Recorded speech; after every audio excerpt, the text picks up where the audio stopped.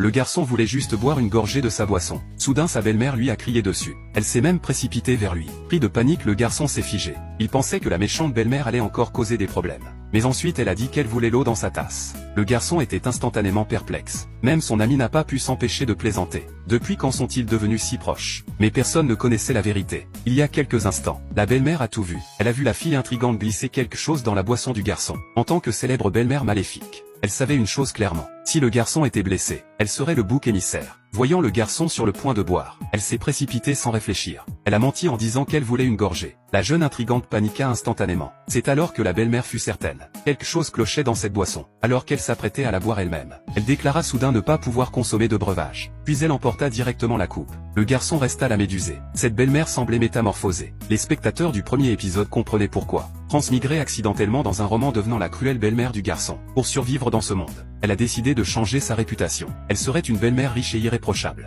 Après la réunion, elle lui a dit toute la vérité et l'a sérieusement averti. Un beau garçon doit se protéger dehors, surtout des filles manipulatrices. Le garçon est resté bouche bée. Elle se souciait de lui. Il a voulu s'excuser, mais les mots lui restèrent en travers de la gorge. Finalement il partit timidement. La belle-mère le vit clairement à travers. Bientôt elle retrouva son train de vie luxueux. Mais alors son mari contractuel l'appela. Elle hésita, fallait-il l'appeler patron ou mari? Avant qu'elle ne se décide, le PDG prit la parole. Il lui dit de se préparer. Demain elle assisterait à un banquet avec lui. Avant qu'elle ne puisse répondre, la communication s'arrêta. Elle était de nouveau stupéfaite. Préparer quoi exactement? Puis ça lui est venu. Un mariage de convenance impliquait quand même des démonstrations publiques. Elle s'est précipitée directement vers le dressing. En tant qu'épouse de l'homme le plus riche, elle devait attirer tous les regards. Rapidement elle choisit la robe parfaite.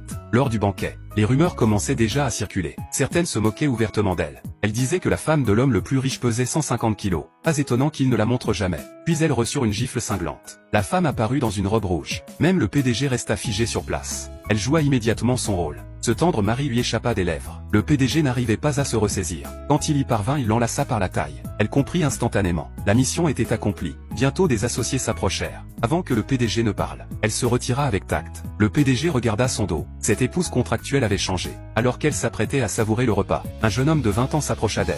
Elle sourit calmement et se présenta. Elle était l'épouse de l'homme le plus riche. Le type a paniqué et s'est excusé immédiatement. Et le PDG a tout vu. Puis le majordome a appelé. Le garçon a fait des bêtises à l'école. Un tuteur était requis d'urgence. La femme soupira intérieurement. Elle venait juste de jouer le rôle de l'épouse aimante. Maintenant elle devait encore jouer la belle-mère parfaite. Ce boulot était bien trop difficile. Le garçon vient de quitter l'école plus tôt, mais l'école a immédiatement appelé sa belle-mère. Il pensait qu'une réprimande était assurée, mais elle lui a souri à la place. Ils se sont rencontrés à la porte de l'école. Les camarades de classe étaient figés par son apparence. Ils se sont précipités pour la saluer. Mais le garçon semblait agacé. Il est allé directement seul au bureau du directeur. La belle-mère est restée là sans voix. Être une belle-mère n'est vraiment pas facile. Bientôt les étudiants ont envahi le couloir. Tout le monde s'attendait à une explosion. Le proviseur a immédiatement compris son statut. Pour lui faire gagner du temps, il a proposé une solution sur place. Des excuses publiques au professeur et une autocritique de 50 000 mots. Mais la belle-mère n'était pas d'accord. Elle a dit qu'elle avait tout son temps. Et elle était venue en personne pour une raison. Son enfant ne supporterait pas les pertes silencieuses. Le professeur a explosé. Donc sécher les cours, ce n'est plus mal maintenant. Mais la belle-mère a calmement sorti les enregistrements.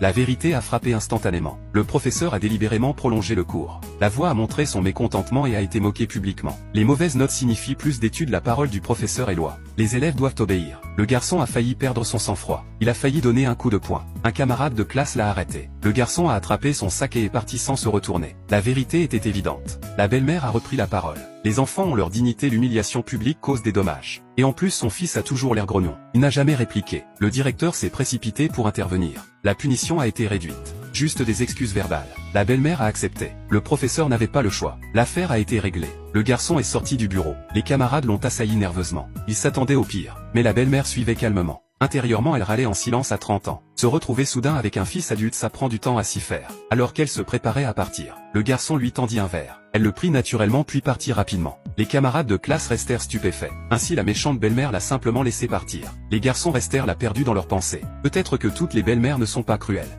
Le lendemain la famille était enfin réunie. Mais l'ambiance était étrangement bizarre. La femme scrollait joyeusement sur TikTok il y a une seconde. Mais elle a vite reposé son téléphone. Car les deux hommes à table restaient raides. Le silence semblait pesant. Mais le garçon a rompu le premier. Il a demandé nerveusement au PDG de vérifier ses résultats. Le PDG a répondu froidement. Mais même cela a suffi. Ça a illuminé le visage du garçon. Il a vite sorti son projet de codage. espérant que son père lui donnerait des conseils. La belle-mère l'a vu instantanément. Il ne s'agissait pas de codage, mais d'approbation. Mais le PDG n'a même pas regardé. Les lycéens ne devraient pas toucher à ça. Le visage du garçon s'est assombri immédiatement. La déception se lisait sur son visage. Mais le PDG a ajouté calmement. Tu devrais te concentrer sur le bac. Le garçon a hoché la tête à contre-cœur, puis quitta la table en silence. La femme faillit protester, mais se retint. Après tout, elle n'était qu'une belle-mère et une épouse contractuelle. Les spectateurs savent qu'elle a transmigré dans un roman devenant la méchante belle-mère. Pour survivre dans ce monde, elle choisit de renverser le récit pour devenir une belle-mère riche et exemplaire. Mais cette fois elle se sentit impuissante. Elle reposa ses baguettes et se leva déçue. Quand soudain le PDG l'arrêta.